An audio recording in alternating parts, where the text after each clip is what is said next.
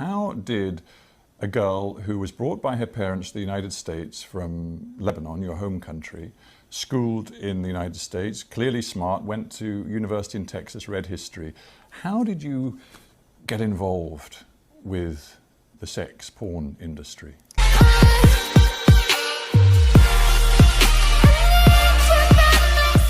How did a girl who was brought by her parents to the United States from Lebanon, your home country, schooled in the United States, clearly smart, went to university in Texas, read history, how did you get involved with the sex porn industry? I don't think low self-esteem discriminates against anyone. It doesn't matter if you come from a great family or if you come from a not so great background. I struggled my entire childhood with weight, and I never felt attractive or worthy of male attention. And suddenly, my first year of college, I start losing all this weight from making small changes. And by the time I graduated, I was ready to make a bigger difference. I felt extremely self-conscious about my breasts because that was the first thing to go when I lost all the weight. I lost about 50 pounds. I don't know how many kilos that is, or stones. Well, it's a considerable amount of weight. Yeah. It changed your body, it changed you physically. Completely. Yeah. So my biggest insecurity was my breasts. So I wanted to more or less go back to what they normally were.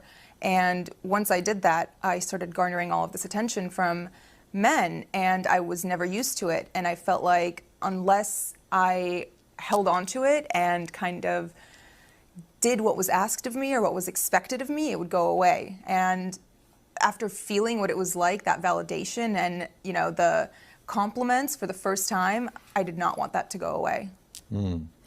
You were spotted, I think, on a street. I mean, there you were a young graduate wanting to sort of find a job, and you were spotted on a street by a guy who said, I can work with you, and clearly he opened up and said, it's the porn business.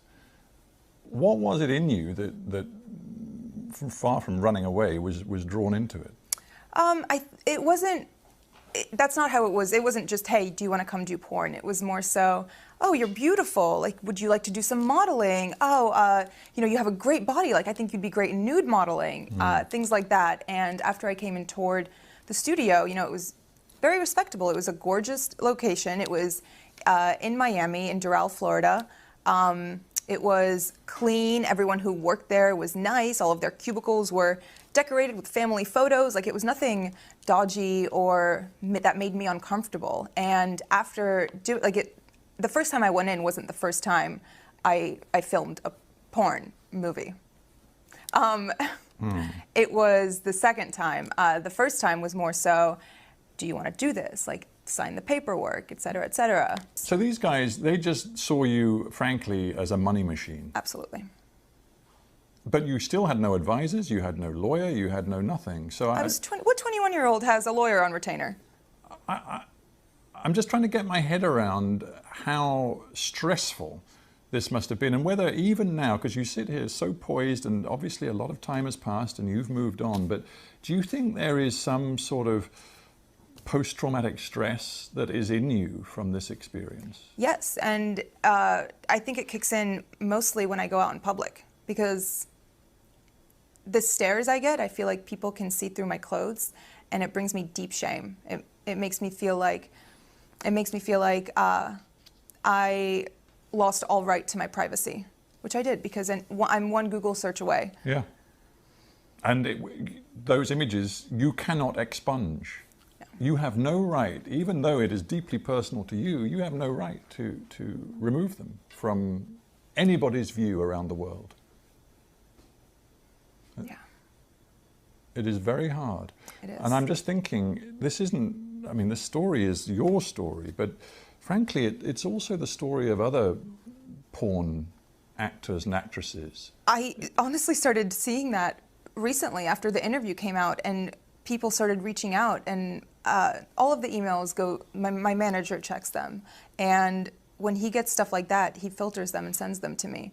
And reading the words of some of these girls who have been sex trafficked and forced into porn, and all of these stories of girls whose lives have been ruined by it, and by men who have taken advantage of them, and by contracts that they didn't even understand the jargon of, it makes me feel like, okay, maybe it was good that I started talking and that I posted this interview and that I'm speaking out now, because other people feel the same way. And even if they don't relate on as deep a level as, you know, doing porn, they can relate on the level of being insecure and being pressured into doing something they didn't want to do. You were wearing the Islamic headscarf, often known as hijab, and of course then it developed into a sort of a sex scene. You must have known how provocative that was.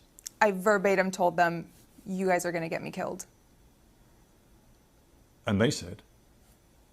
They just laughed.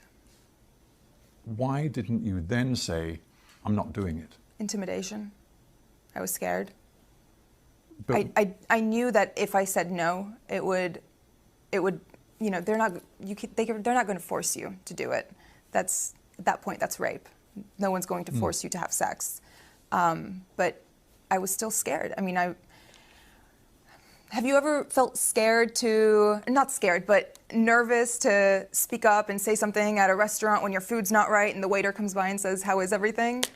I was intimidated. I was nervous. We interview a lot of people, and many of them are middle-aged or older. It's great to have somebody in the studio who's only 26 years old. There is a school of thought which says that our culture as a whole, I'm not just talking about the United States or the UK, but many, many countries, is being pornified, and that young people in particular are so exposed to pornography, so young in their lives, that it's materially changing the way males and females relate to each other, the way they think about relationships in a potentially very corrosive, damaging way. What's your take on that?